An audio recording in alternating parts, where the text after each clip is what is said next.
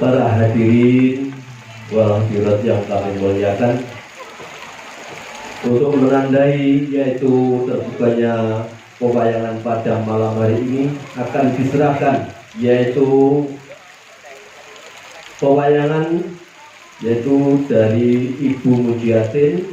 Monggo Mbak Ulfa. Ibu Mujiatin menika dipun serahkan datang Bapak Kepala Desa Sragi. Hadirin kami mohon tepuk tangan.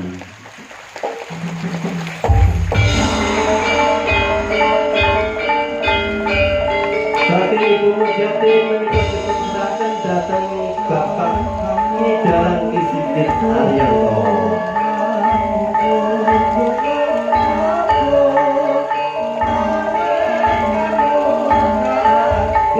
Atur nuwun kepada Ibu Mujiatin Bapak Kepala Desa.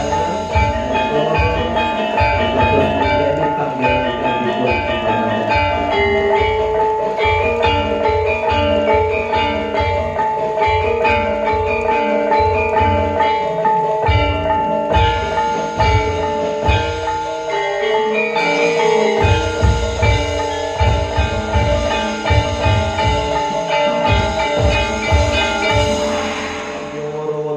acara lan beti desa lan hari jadi Desa Sragi wonten kirang lan langkungipun kawula nyuwun pangapunten ingkang sakatahipun lan sumangga kita sareng-sareng menikmati sareng-sareng kita menika inggih menika ningali pewayangan wonten ing wekdal dalu menika ingkang mangke dipun gelar saking panjenenganipun Ki Dalang Sigit Haryanto saking Rembang, Jawa Tengah lan dipun dukung inggih menika kalian inggih menika seni Cakraningrat.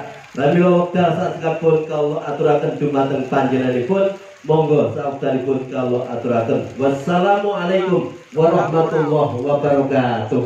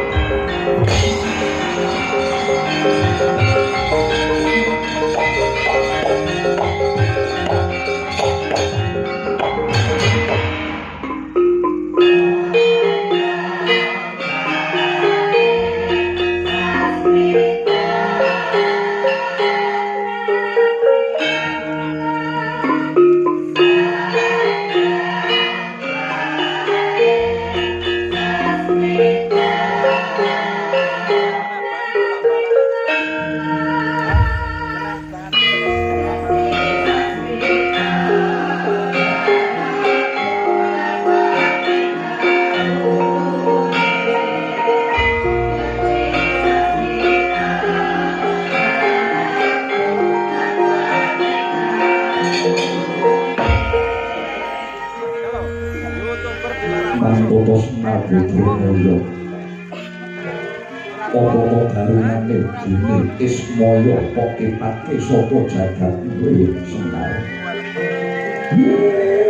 Lae buka membesar dulu Ismaya mulane sira tak kiprake saka jagat tuaku bakal takon marang kowe.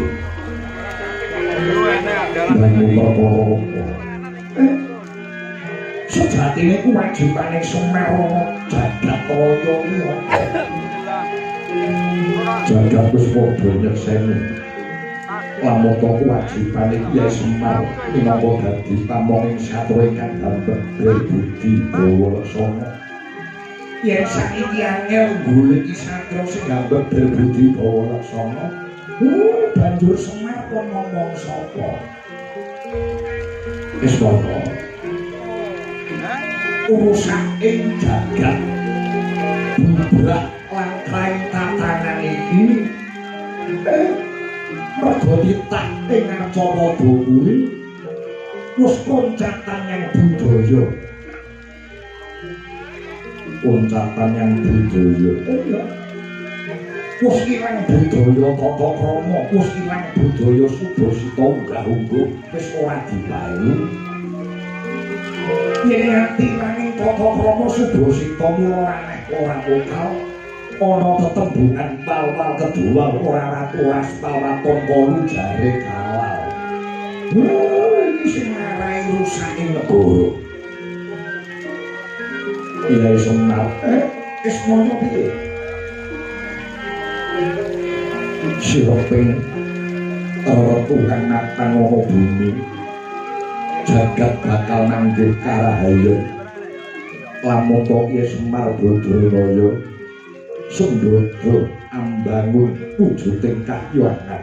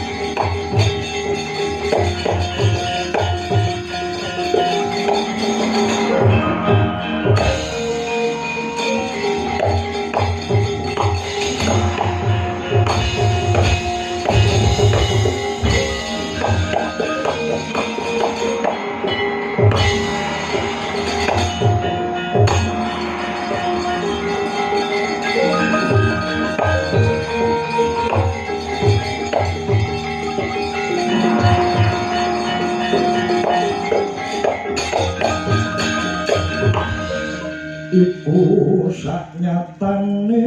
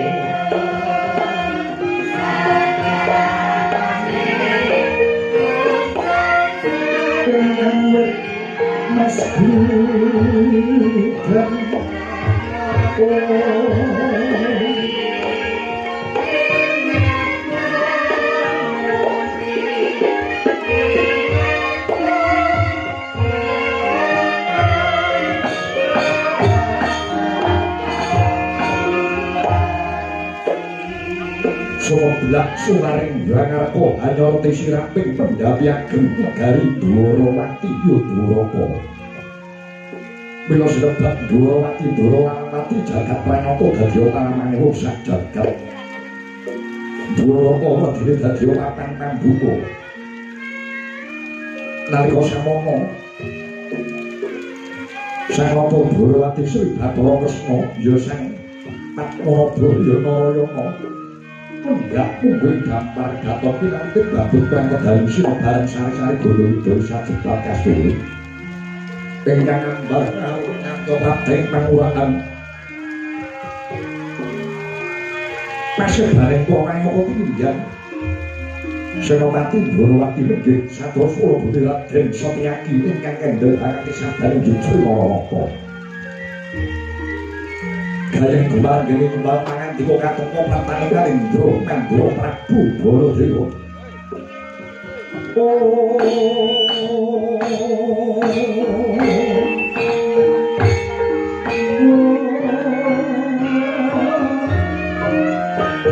Soting pangkam suruh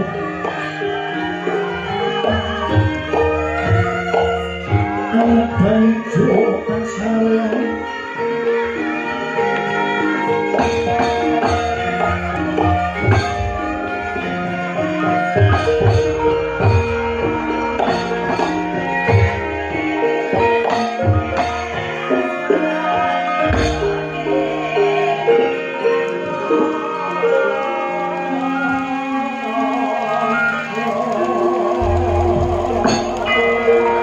Narpati Dharma Putra yang Dananjaya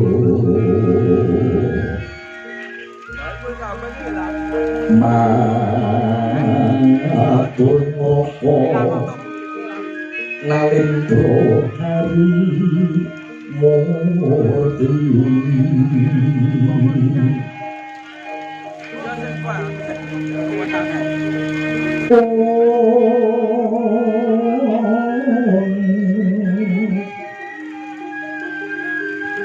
Soho waspada adya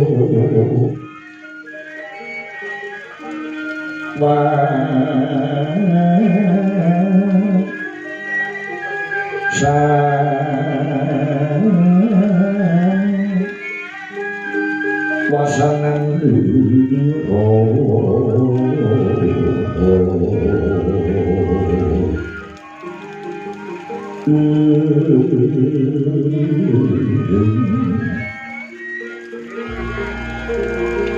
katur sadaya sang Madura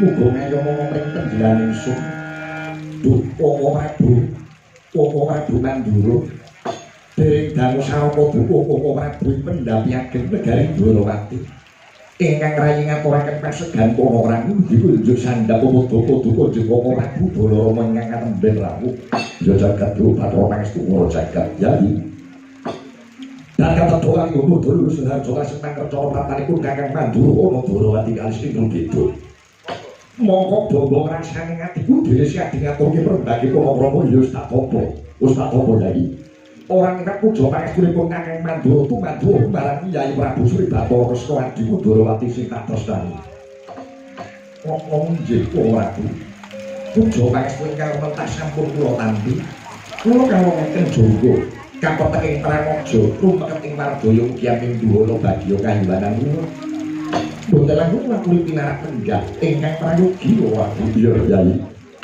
semaya sorang-sorang kepenak manah anggonipun Kakang Mandura lenggan ana madyaning sasara iki dereng dangu sareng Papa Prabu Mandura kemrayipun Satyaki ngaturaken sugeng abekti ugi rujuk Papa Prabu Yai Satyaki iya di wis tak tampa sing ngaturke bekti mring pun Kakang Mandura ora liwat pangestunipun Kakang bae ora ditampan ana Yai Satyaki saged anggen kula mundi ugi atetesaken jimat aripe katuran pinarak lenggah Prabu ya wis ora penak maneh anggonipun Kakang lenggan ngabiyatra ngarsane adiku Ndorowati Papa Prabu piye Yai mongko bombong birane maneh boten kados ing mrika lenggan mriku awit negari Ndorowati kareman Padha Papa Prabu Mandura prasasat Dwarawati menika nganti rawuhipun pukulun Bathara Brahma nanging wonten emane Bawowo. Emanipun Paduka Rawuh niku boten paring ceca langkung rumiyin. Mila nyuwun duka ingkang kathah ingkang rayi boten saged hangacarani tata carane Kanalendra. Oh, adikku sing tak tresnani ya. Sing tak jaluki Langki Sangga Runggi. Kang Sartoyo lan Pakewo. Adik. Pangrengkuipun Kakang Baladewa antaraning Dwarawati lan Mandura kuwi ora ana bedane. Dwarawati ya Mandura, Mandura ya Dwarawati. Manapun Kakang melu mongko bombong kanthi prasaja kalenggan samengko nadyanto kinanti wujude udan riwis-riwis nambahi reseping ati. Inggih. Sembah nuwun rawuh Paduka Prabu Balarama karya kagiat semu beneh manadas saben. Menapa gatine kasiwakan suwani kuwatri babar kuwatri medal. Ingkang rayi Dwarawati namung ngangklungaken jonggo milingaken karna. Yai. Purwa medya lan usara sependhang kula datang karepe Mbok Menara Merah menawi ngatur Kakang Mandura segede pangapuramu Yai. Bloko sutok dak utang terus terang pun Kakang Baladewa Prateng Dwarawati iki dudu saka kersa pribadinipun Kakang iki ya ora. Iki dina pun Kakang dadi duta saka negara Ngastina, dutane Kyai Prabu Duryudana. Sambung rapetipun Mandura Ngastina lan Dwarawati menika napa? Ewa dene Paduka Prabu Baladewa dados duta Ngastina. Yai. Apa Sedi ora krungu kabar kang sumebar babagan kahanan negara Ngastina dina niki? Lho, Ngastina ingin menapa ora? Ora. Udakara Santri Medya Candra kang Gandhira iki Ngastina kenaman pagebluk Mayangkara. Ngastina larang sandang larang pangan, satengah bingung bilulungan panguripan para kawula dasih. Jipra bapak penggali Kyai Prabu Duryudana anggone bakal madhange swasana jejere Ratu Ngastina kudu duweni tanggung jawab kudu bisa madhange kahanan iki. Jare ratu kuwi kudu iso gawe tentrem aja mung gawe tindrik. Mula Kyai Prabu Duryudana banjur manjing sanggar palanggatan peminta wangsiting Bathara amrih padhanging swasana negara Ngastina. Nalika semana ketrima sing dadi semedine Kyai Duryudana. Wangsit Winusita kang tinapa dening Kyai Duryudana Ngastina kalis ing beda. Ngastina bisa uwang saka pagebluk, Ngastina bakal manggih karahayon. Lamun to disarati wujude pusaka kang awujud kembang kang aran kembang Wijaya Kusuma. Yai salumenggung sakra ping langit nalendra kang darbe pusaka kembang Wijaya Kusuma kuwi ora mulya mung Jabawati kulanan Dwarawati ya Siadi. Ora mokal lamun to Kyai Prabu Duryudana Ngastina nyuwun senjata pitulungan lawan Kakang Baladewa. Kindang swanama Dwarawati mboyong wujude kembang kuwi mau.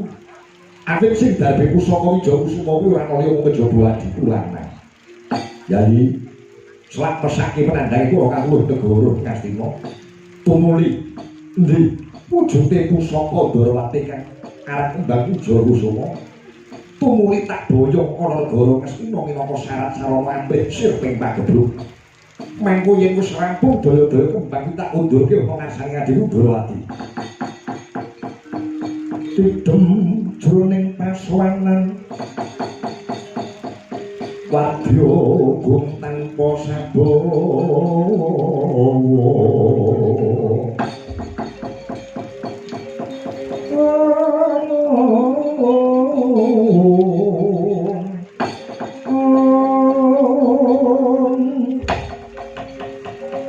Kapraban dening Sang Nalendratama mangun kawengan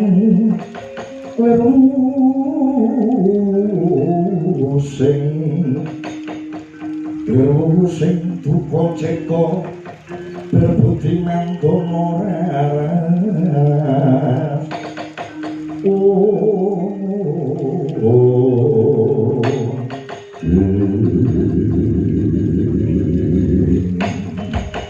Dereng tanggungi parangan diko Nalendra Dwarawati Nalendra Mandura nginemu dereng abang keco dereng abes Bantara kasaru gegering jari Swami Lurah Petruk Antong Bolong Sumamono Bagong Karyo Kagiat Kang Samyo Mulat Mangkono Kyai Kala Dewi Kocok Yang Nyono Dayo Hinggir Dalam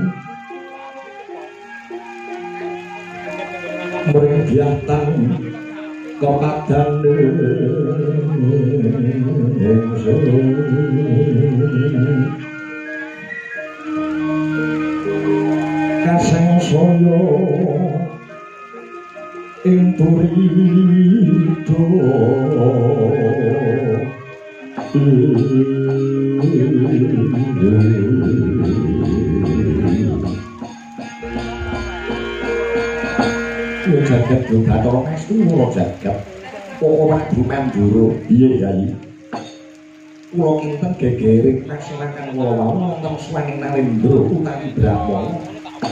Lah jebul tinemunipun menika Petruk Antong Bolong ingkang sowan bangsa telek. Sore-sore dadan padha metu. Apa ora ngerti griwis-griwis iki? Upama Petruk sing sowan isih ngerti tata krama, ngerti Subasita ana ngarepaning ratu nyembah. Menungso sing ngarep kanggo sing jenenge Bagong iki. Udan-udan sanggale ora dicopot munggahno pendopo. Ana ngarepaning ratu ora nyembah malah salaman. Dianggep kaya kancane lho kuwi. Wah, bangsa elek iki. Ganggu ridu ngene wong tuwa anggur sampe jatuh durung rampung malah dagelan-dagelan do teko dhewe-dhewe. Wonten. Krungu swara apa kok? Rasa buka dhewe. Wong pancen wong ora seneng ora kurang penyajak. Sing jenenge nadya awake dhewe bener kaya apa nek jenenge wong sore iki mesti digoleki olone. Digoleki ora penere. Ngono ya to.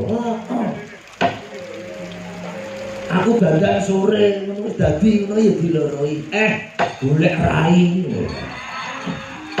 Engko dandang telat iki arep manjak apa arep turu.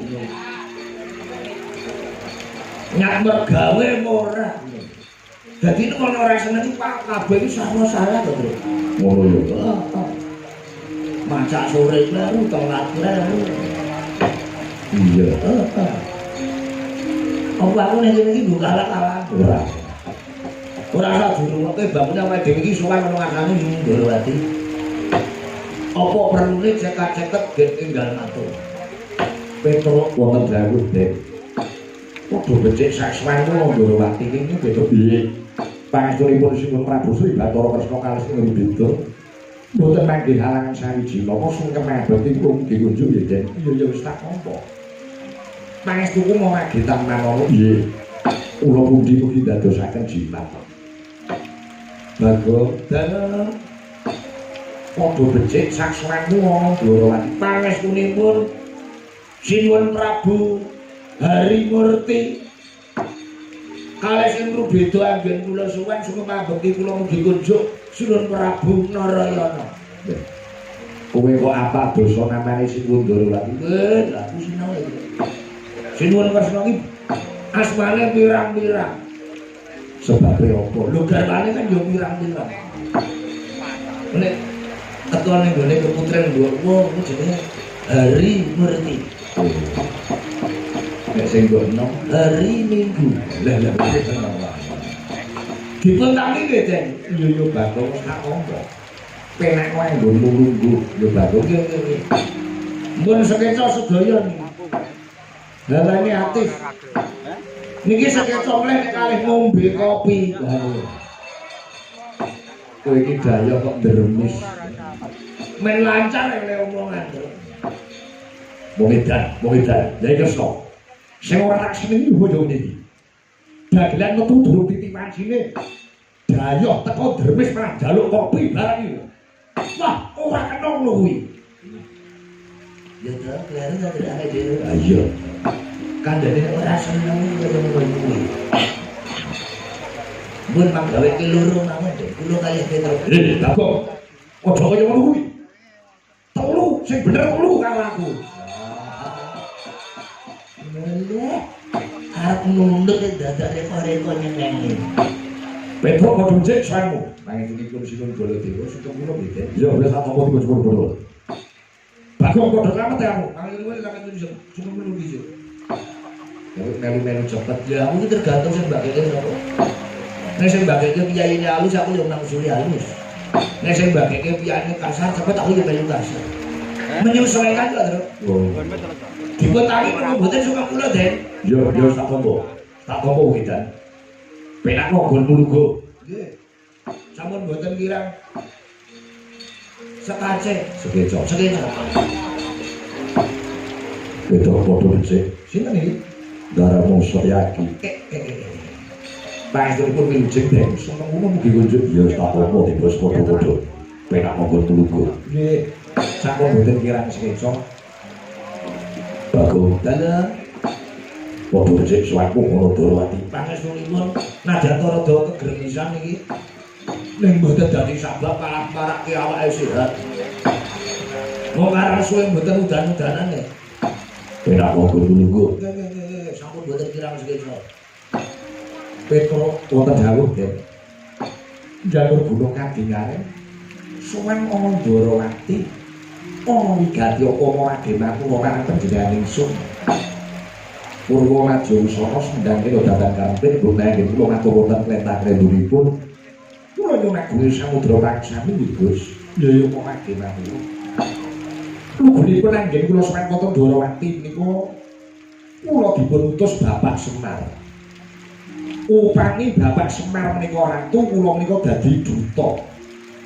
Nek dadi Bapak Semar menika derajate wong sak lurah, Bapak Semar menika sak Ponokawan mung ngadi mila cekap lo dados kengenan ngeten kemawon. Kowe dikongkon bapakmu apa? Nggih, paranatur. Wingi dalu niku bapak niku nimbali kula kaliyan ngadi kula Bagong, terus sesuk sowan nyang Ndorowati. Matur marang Sinuwun Ndorowati lamun bapakmu iki bakal duwe gawe gedhe. Ya kuwi bakal bangun kahyangan. Kula kaget, Bagong kaget. Kowe kok gawe kaget? Aku lak mau praktekke to. Jadi kula kaget Bagong kaget aku ya ya aku ngomong masa praktekke. Gimana ya? Ben ketok le menjiwai. Becek aja itu terus lawatan. Sing kono.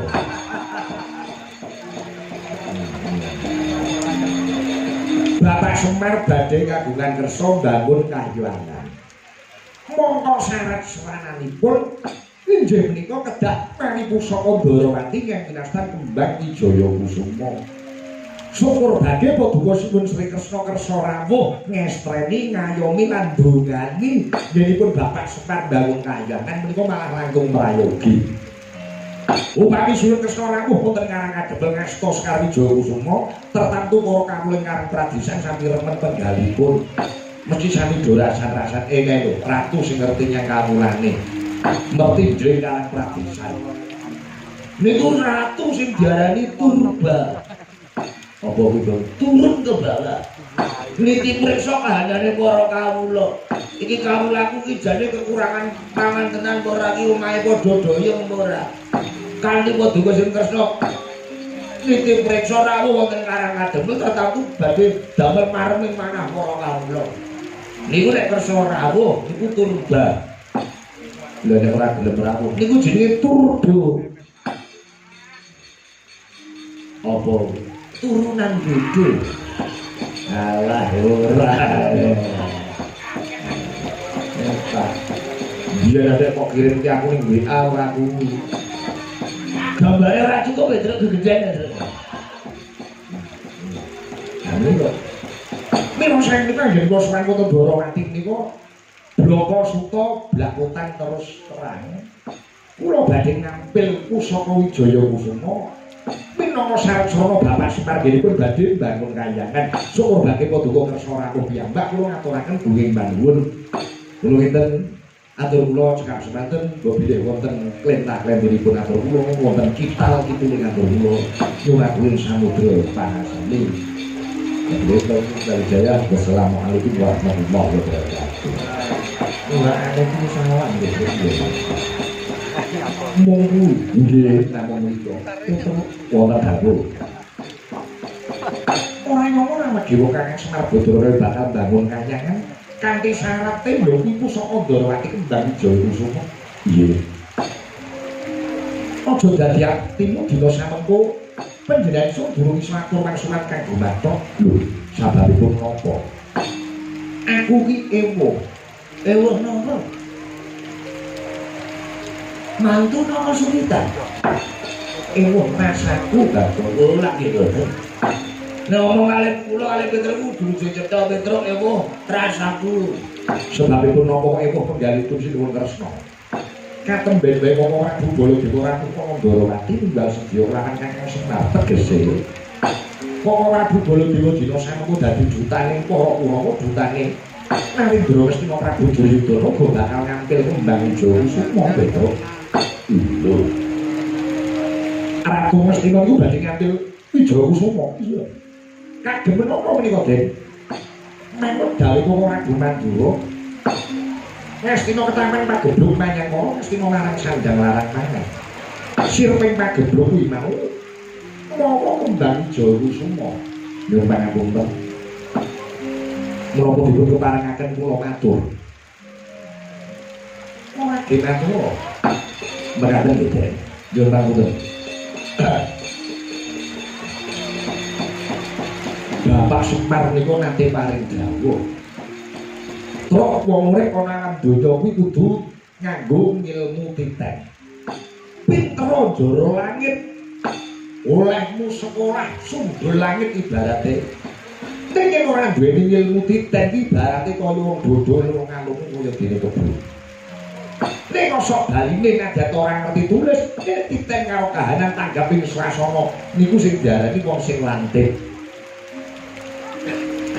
Kanthi dasar punika kula niteni dhateng watak-wateke para Kurawa nadata sing rawuh nika ing Neraka Mandura ning lak dutane Kurawa dutane Ratu Ngastina kanthi menika kula niteni watake Kurawa biyen mula nganti saniki mesti gawe kisruh Kurawa niku mesti gawe giduh gawe geger gawe rame menapa Paduka Sri Kresna kesupen jaman Narayana rumiyin jaman Paduka badhe palakrama Kurawa nggih nyripet-nyripeti latu nganti sakniki pendak biar Kurawa kuwi gawe kisruh malah kepara ngajak pejaipun Paduka Sinun Dwarawati. Awit Paduka Sinun Kresna menika dados kusiring para Pandhawa. Pandhawa dianggep dadi piliping Kurawa. Kedai kabeh. Sejarah kok ngono. Kurawa tata gelar lahir milih kembang Ijo Kusuma. Ning tata gelar batin wah Paduka lak boten pirsa. Aslinipun nuwun sewu. Kurawa niku milih kembang niku abang-abang rabi. Mung golek mriki Dwarawati, mung golek mriki Paduka Sinun Kresna. Yen nganti kembang Ijo Kusuma pisah kaliyan Paduka Sinun Kresna, boten ngono. Paduka boten gadah kekiyatan satemah Duryudana saking ngrempet negari Dwarawati. Ya ngono, Gong. Ya juga boleh ya. Kowe iki mbok pendukung Tak dukung. aku iso atur wangsulan gitu lah. Nadan apa Paduka mboten saged atur wangsulan kula aturi timbang, kula aturi bobot. Kembang iki yen digawa Petruk kepiye, yen digawa Sinun Baladewa piye. Yen digawa Sinun Baladewa ora murung wong bakal dadi tumbang ana negara Ngastina. Tumbang iku apik-apike dipendhem. Ora murung kembang iki babar pisan ora kajen. Ning kok sok baline yen kembang Ijo Kusuma diboyong wonten negari wonten Karang Kadempel wonten desane Bapak. Wah, disubya-subya wong sak Karang Pradesan. Nah, iki wit biyen kula Bapak Semar iki sing ngomong sampeyan kelingan mboten? Iya, Petruk aku kelingan. Lah, syukur alhamdulillah yen kelingan. Wit Paduka jaman Narayana nganti dadi ratu uripe kepenak. Sing ngomong sinten? Kakang Semar. Yen enten napa-napa sampeyan bingung, sing saged paring kepadang sinten? Kakang Semar. Lah. Kane ngoyo temen kebangetan temen diambil. Bapak kembang kok mboten diulungke. Monggo bapak niku selawase dadi abdi, dadi batur niku ora tau nyuwun napa-napa. Mangeling-eling. Napa nate Bapak Semar kok otong-otong gawa proposal den nang bangun pondok kula nang bangun desa kula mboten nate. Mergo Bapak Semar kok ikhlas lahir batin nata Karang Kadempel. Sak kuat-kuate. Niki sing disuni Pangestu Paduka Sinun Kresna. Sarang-sarangane kembang Ijo Kusuma. Kahanane koyo mangkene Petruk. Kakang Semar aku yo abot kok ora dibolo dhewe yo abot nggih. Mboten apa-apa. Mboten apa-apa. Ning kula dadi Paduka kedaemon.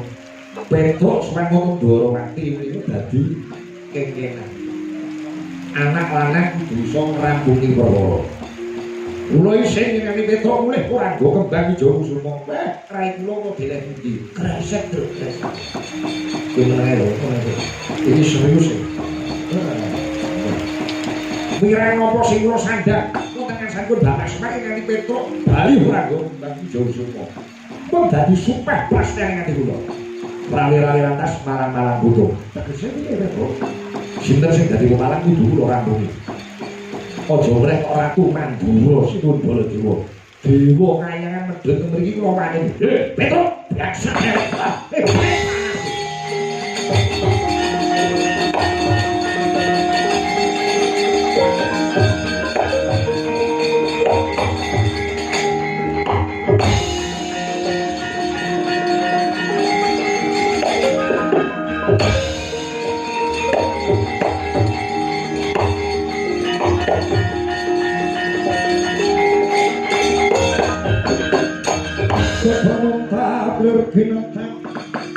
Jojo pang maring wonge Bocok padul ning lati sinabekna perang sagedeng murung marang dahanane prajurit dapat bangsa dalek gitu robo wong nang arep iki Kresna semene ngabake kuwi ora penak diruwangi kowe jarene bakal ngilangi klip sing dari pawalan lagumu. Aja meneh Ratu Mandura Dewa teko bakal kok singgih iki. Ayo didodok nyododok. Adep ora Baladewa. Yen pancen wong lanang sejati dibuktekke sing mati Petruk apa Baladewa? Piye kok? Gimana ini kok? Jare mau rawan-rawan atas malam-malam ngono.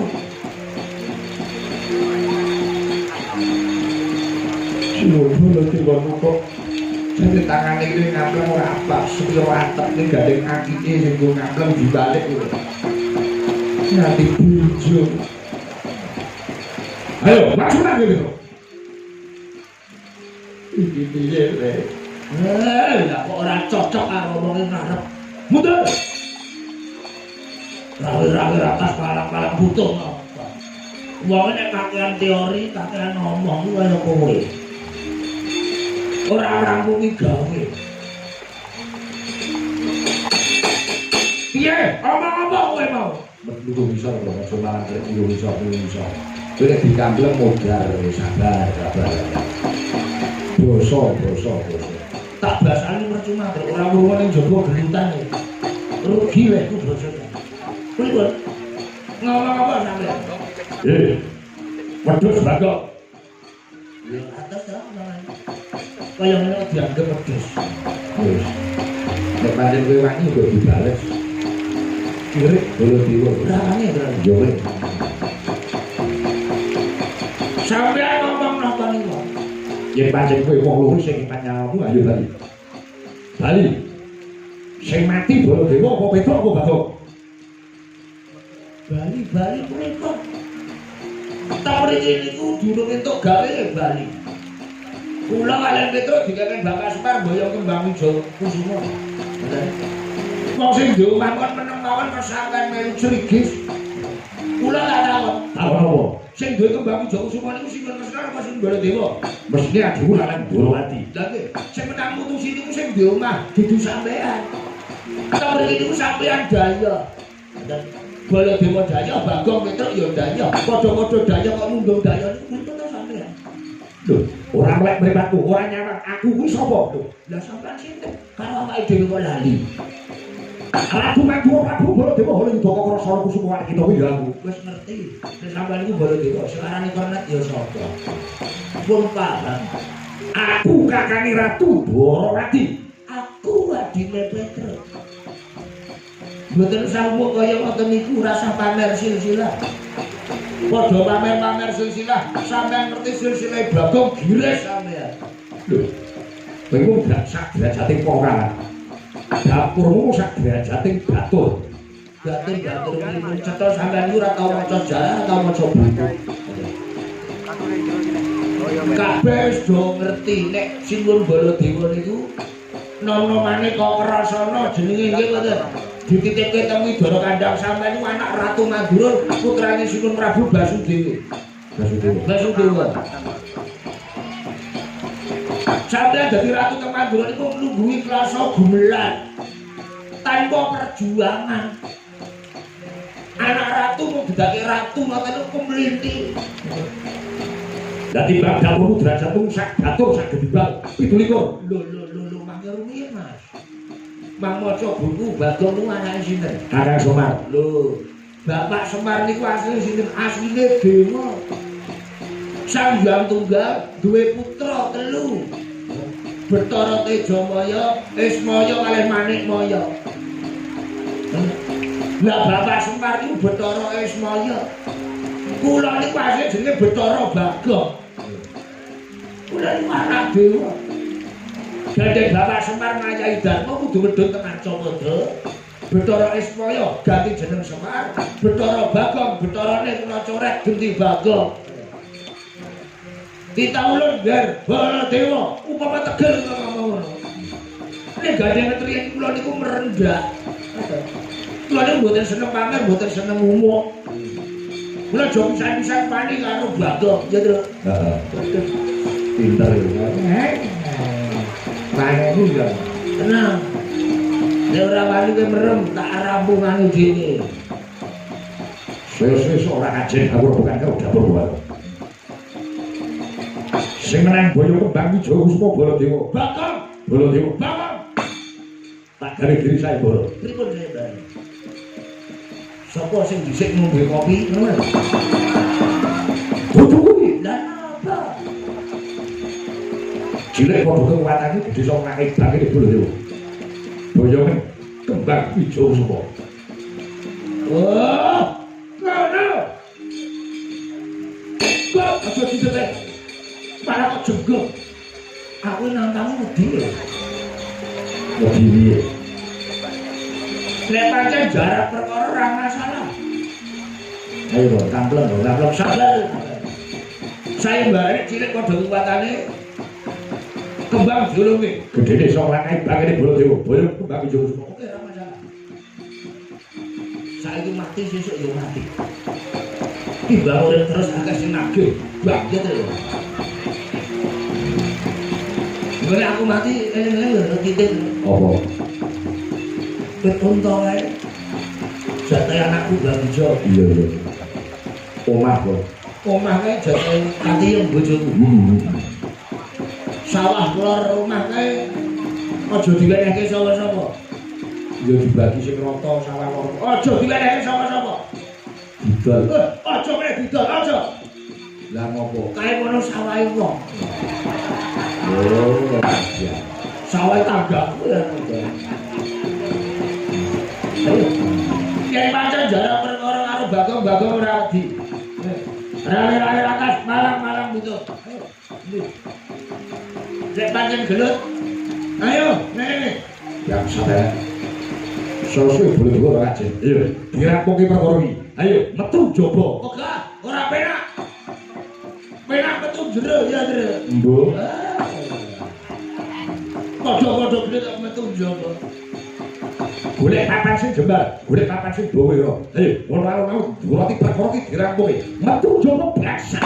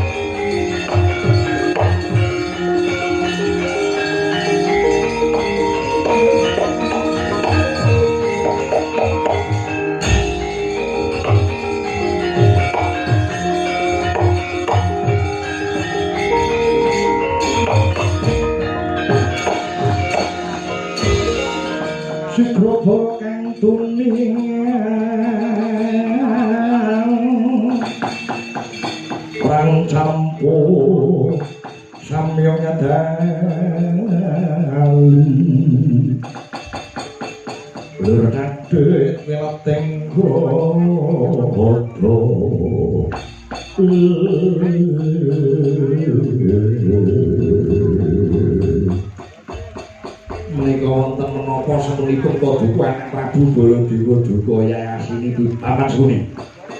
Mboten napa boten kegiwa nggih kula badhe boyong kembang jurus prateng negari Lestina. Petro kantong bolong Bagong sing dadi pemalang. Lho. Petro tekan mriki nggih. Nggih.